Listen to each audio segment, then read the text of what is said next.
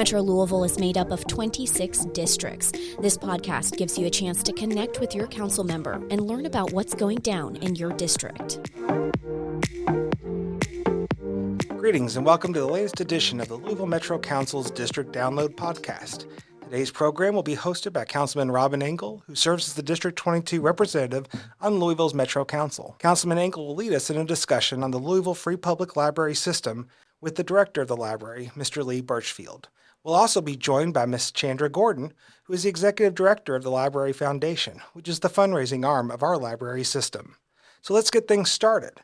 Welcome, Robin. Could you please tell the listeners just a little bit about yourself and the district that you serve? Yeah, thank you. Councilman Robin Engel here representing really the Fern Creek metro area. I've been in office since 2003. And so that was when we merged these two governments. So I've been in office, seems like a long, long time.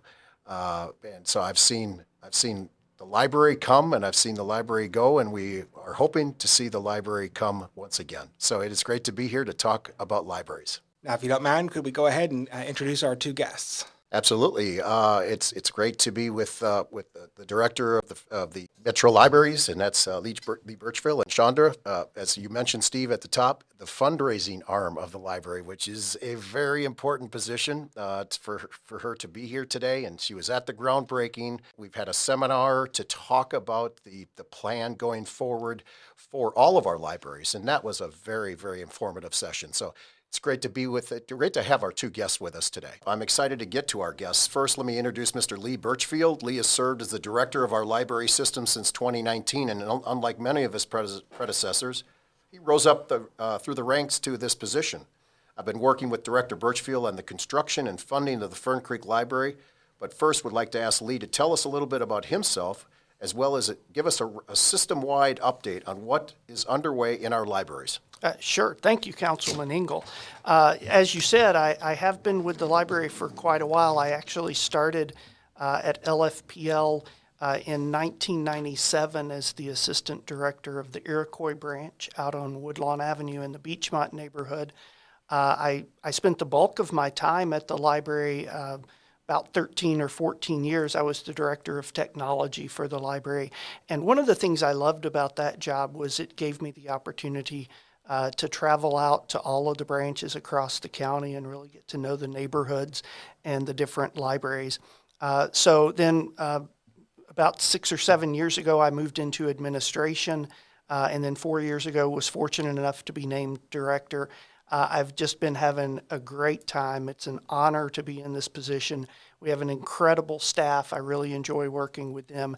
And, the work we do means so much to people in the community that it's really just gratifying to be out in the community and tell somebody that you work for the library and hear them tell you how much they love it. In terms of what's going on, there's a lot going on, and it's really fantastic stuff.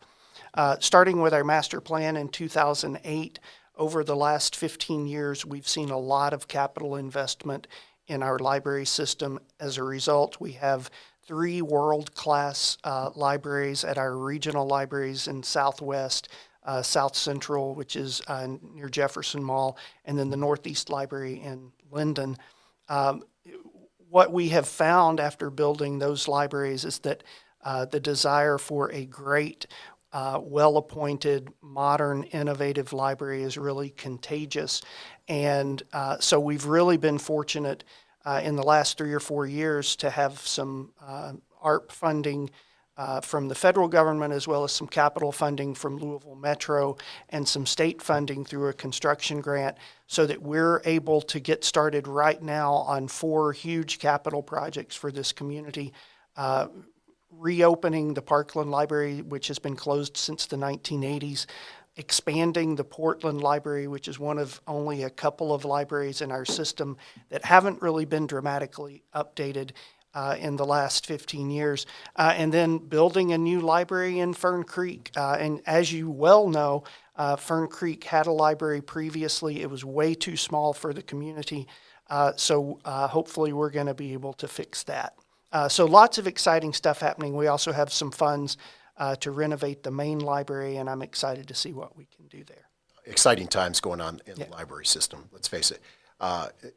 Interesting, as we have been planning for this project at the Fern Creek Library, we've had a administration change. So you've gone from one mayor and his passion and vision or whatever for various things to a new mayor.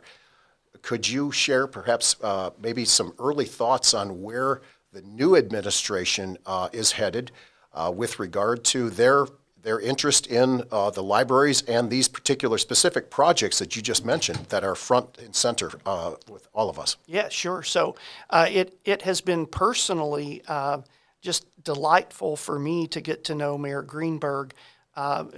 Mayor Fisher, of course, was really focused on lifelong learning as one of the primary focuses of his administration. Mayor Greenberg has been equally vocal and adamant about one of his primary focuses for his administration, which is early childhood education. He's really championing trying to do universal pre-K, and that really aligns beautifully with one of our 3 primary strategic objectives at the library, which is encouraging reading. So much of the work that we do, our children's librarians every day in every location are working with both parents and caregivers and children to make sure that kids are prepared to start kindergarten, that they're reading on grade level by 3rd grade, and as they get older, providing support services to help them ensure that they succeed in school and complete. So everything that I have heard from Mayor Greenberg has been entirely supportive of libraries and the mission that we strive to accomplish, and I'm really looking forward to continuing to work with him to bring these 4 projects to fruition. And we're also starting work on a new master plan. The one from 2008 has reached end of life, so just here in the next few weeks we'll be kicking off a new master planning process, and I'm looking forward to working with the mayor's office, with Metro Council and other stakeholders on that plan. That's exciting. Well, we certainly have some more questions, but now, without waiting too long, I'd like to introduce our other guest for today's program. Ms. Chandra Gordon represents the Louisville Library Foundation. While Metro tax dollars are the primary means for funding the improvements at our libraries, those projects aren't as likely to occur without the support of Chandra and her team. Chandra, could you introduce yourself to our listeners? Hi. Yes. Again, Chandra Gordon, the Executive Director of the Library Foundation.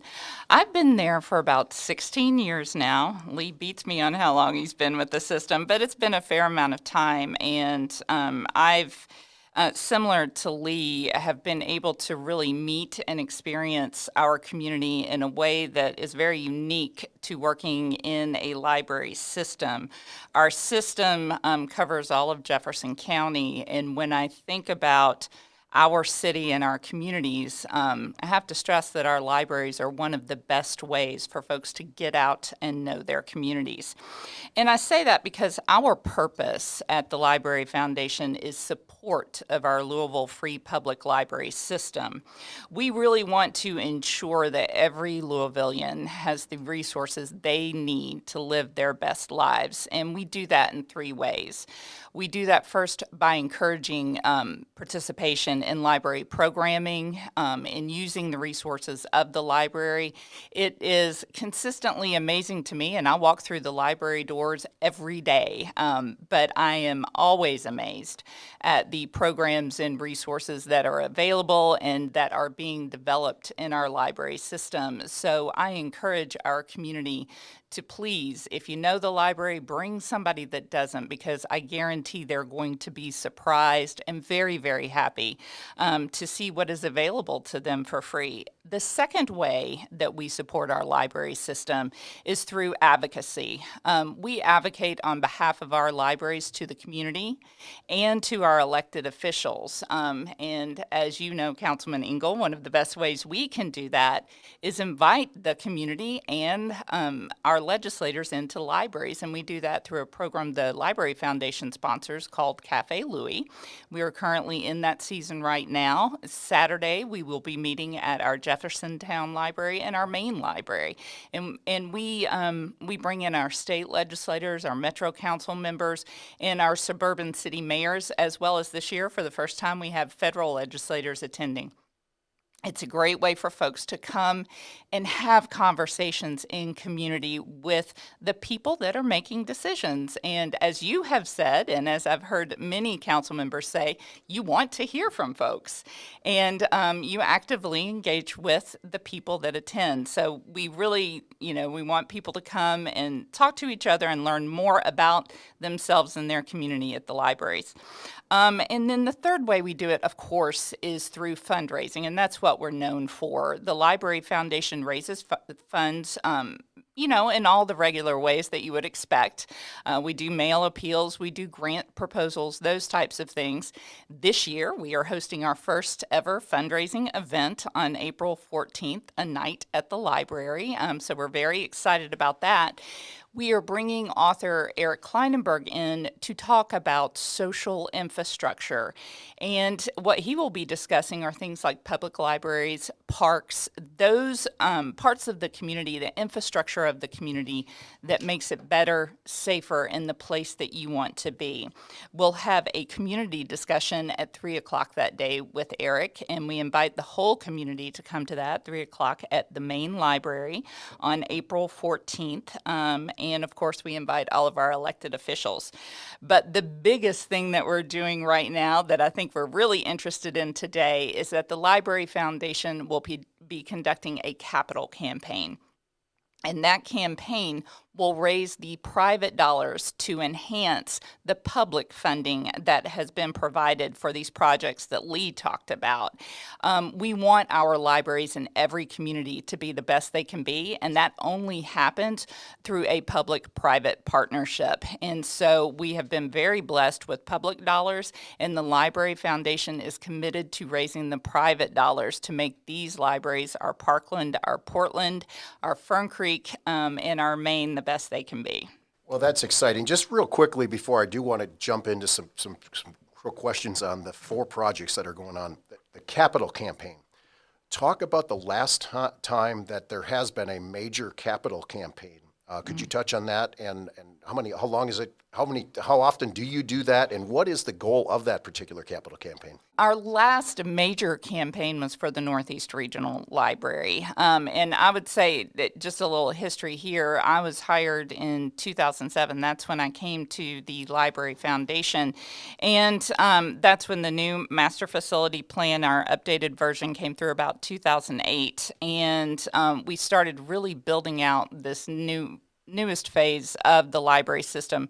The first library built was our Newburgh Library, which is just a wonderful, wonderful branch. And I just have to, since I said the name, I got to give kudos to the Friends of the Newburgh branch. Once again, a community that rallied and really worked to get their library. And we see that consistently over and over and over again, communities support that happens. But our Northeast Regional was the last in a series of fundraising projects that included our South Central Regional Library and our Southwest Regional Library was the first, our South Central, and then Northeast. These libraries are regional. They create a suburban crescent around our community, and in the middle of that sits our Central Library, main library.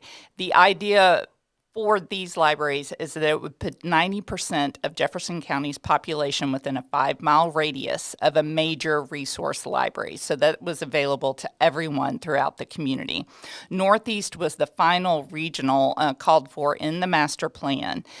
I think at the time it was a $15 million campaign, and we received significant public funding through Metro and through the state, a state capital grant. And then the Library Foundation raised the last few dollars on that, and that was in about $3.5 million. Those dollars go toward the things that really make the library the great place you want to be. The furniture, the books, the technology. And if you've been to Northeast, you know that is just, it's phenomenal. We have a maker space, a maker's pavilion in the Northeast Regional Library that includes a maker space. We have an audiovisual production area and a test kitchen where you can go in and take classes in cooking and all that type of thing. It is a phenomenal phenomenal space, and it's something that we want to see replicated throughout the system, these enhancements. And I think Lee's going to be able to talk a lot about what we'll see in these new branches and how that compares and brings forth a lot of those opportunities. We're talking here today about a number of projects within the library system that are underway. Okay, so I'm going to ask my guests. There's work planned for the main library, Parkland, which I've talked to my colleague from District 1 already, and she's all excited about that. Everything, a lot of things happening in Parkland, I understand.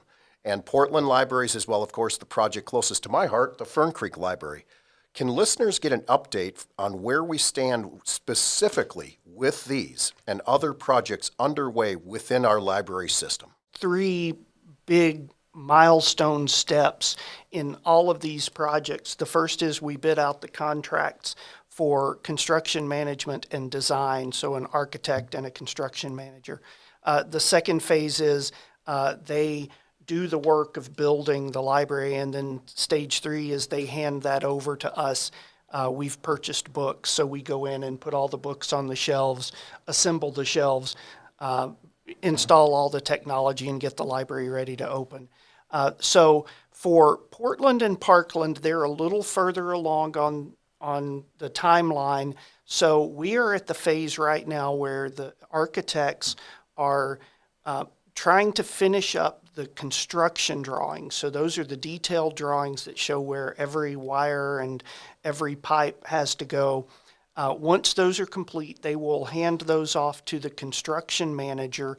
The construction manager will show up on site, start digging foundations, and start the construction. So I think we're probably just a few weeks away from seeing visible construction start at both Parkland and Portland. We've already had a public meeting to discuss the Parkland design with residents in the community and other stakeholders. We have a public meeting for the Portland Library that is scheduled for, I think, March the 15th is the date of that. And we'll get the construction underway, and I expect it'll be somewhere in the 10 to 12 month range once construction starts, before we're ready to open those libraries and cut the ribbons on them. So we have a pretty good idea of what the library is going to look like when those 2 projects are done, what kinds of amenities are going to be in there, and we're just working out the details right now. The main library is going to be a little bit different than these other projects. We have $8 million to spend at Main. There are a lot of small sort of projects that are not really connected directly to one another. So one of the first things we'll do is replace the steps in front of the 1908 historic Carnegie building. So we'll put out a bid for a construction company to do that.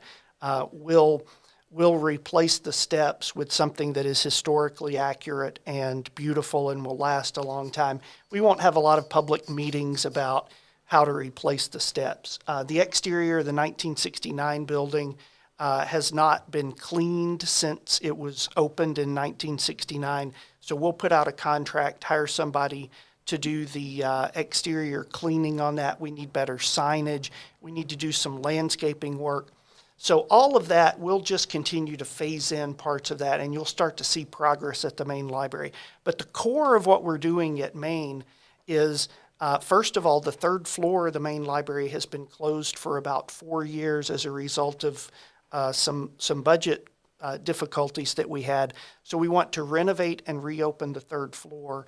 There's an area of between the 1908 and 1969 building that has never been open to the public because it's not handicap accessible. So what we want to do is renovate that space, which will make the main library feel a lot bigger than it feels right now, even though it won't really change the footprint of the library. So when we get ready to start the design process on the 3rd floor at Main and that renovation of the historic stacks area, that's when we'll have public meetings. We'll have some architects come in and share some different options for what that can look like, and we'll engage the community around that. Fern Creek, we have acquired 2 parcels of land at 9123 and 9127 Fern Creek Road. It's a fantastic site right next to Fern Creek High School, which we were fortunate enough to be able to get because Councilman Engel called us and said, hey, I need to talk to you about these 2 pieces of land. We have a construction manager on board, so we bid out that contract. We did that before the design contract because we knew there was going to be some work that needed to happen on the site in terms of getting it ready for us to build the new library. So just managing utilities that already exist and things like that. We are awaiting award of a design contract, and once we have an architect on board, we will start designing a library to be built on that property. We'll have some initial concept drawings that we'll be able to talk to the community about, that I will go and meet with Councilman Engel and share with him. And we will work through that process of designing a library to go there. Right now, I'm aiming for 18,000 square feet for that library, which is going to be more than twice the size of the old one. And I can't wait to start getting some drawings so that we can talk about how fabulous that's going to be. The Fern Creek Library, of course, is near and dear to my heart. We were working on that project for years during Mayor Fisher's administration when that was closed. They made a decision to close it in 2019. Southeast Jefferson County is the fastest growing area of our county, let's face it. So I'm glad that people are finally we're getting some attention here. And so we've raised $6.2 million over the last 3 to 4 years for this particular art from our budget and from ARP money. And so, Lee, I think what I'd like to ask you is, could you explain maybe more the process of public input? We have, I have to tell you, a very active, vocal, and great group called the Friends of the Fern Creek Library. What is it that they can do? And I think you just touched on it a little bit once you get that piece, that drawing or whatever, but share with us a little bit more. How can the public share their input in this project? Yeah, sure. That's a great question. And you know, that informal process has really already started. Just last week, I went with Chandra to meet with the Fern Creek Women's Club. I talked to them about the Fern Creek Library. I would love to come out and see other folks in Fern Creek. So anybody who's interested in hearing firsthand about this, by all means, reach out and let me know. Once we get that architect on board, we will, as quickly as possible, get some design drawings done. Once you have a piece of land, an architect can really start envisioning for you what a library on that site can look like. So it shouldn't take very long once the architect's on board, maybe 2-3 months, for us to have some drawings that we can schedule some public meetings in Fern Creek, have people come out, look at those drawings, give us their ideas. But you don't have to wait until then. If you're not involved with the Friends of the Fern Creek Library, by all means, they would love to have you. Email me, tell me what group you're involved with. I'll come out and talk to you. I'll tell you everything I know right now about it. And I love to hear from people either by email or in person about what they want to be able to do when the doors on that library open. Great. We're just got a couple minutes left, but Chandra, could you explain, and I know we've heard you talk about it because wherever you go, this is a message, but for our listeners, talk about what role the public can help with these projects, and I think that means finances. What can they do? There are 2 things they can do. Yes, you're absolutely right. First of all, they can advocate on behalf of these libraries, because when these libraries open, we're going to have to pay for those operations. And that means that there's staff and there's books and there's technology, and that takes money year in, year out in the Metro budget. So we really encourage our friends and supporters in the community to talk to our elected officials about how important the library is and what it means to them, so it stays top of mind. But in terms of these particular projects, yes, we want to engage folks in the community around the fundraising efforts that we are conducting on behalf of these projects. Currently, we are putting together our leadership team to launch an official capital campaign. We're working through that right now. But the Library Foundation itself, we've hired our first community engagement coordinator because we understand how important the community is to the success of our library system. So please reach out to us, lfplfoundation.org. Send us an email, call us. We are happy to coordinate speaking engagements. We will come and speak to groups. If you just can't stand it and you want to make a gift right now, you can go again to lfplfoundation.org and you can make gifts there. We will be providing campaign information in the coming weeks that will include our goals and what we are seeking for each of these projects. We are currently, in terms of Fern Creek, we are working with citizens there very closely, and we will be doing outreach. But yes, please, we ask everyone, if you want to engage, let us know.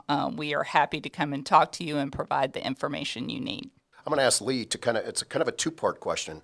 You've been a part of building libraries for a lot of years. Could you share with us perhaps what you have learned, maybe some lessons learned from previous projects that you plan to bring to the table for the Fern Creek Library, what those might be? And then again, I know we've talked about a little bit of timelines, but really more specifically, folks keep asking me, when are we going to break ground? Just an estimated time. So if you could share with us lessons learned, and then what's your best thought on what exactly, when will Fern Creek break ground, and the timeline after that? Sure.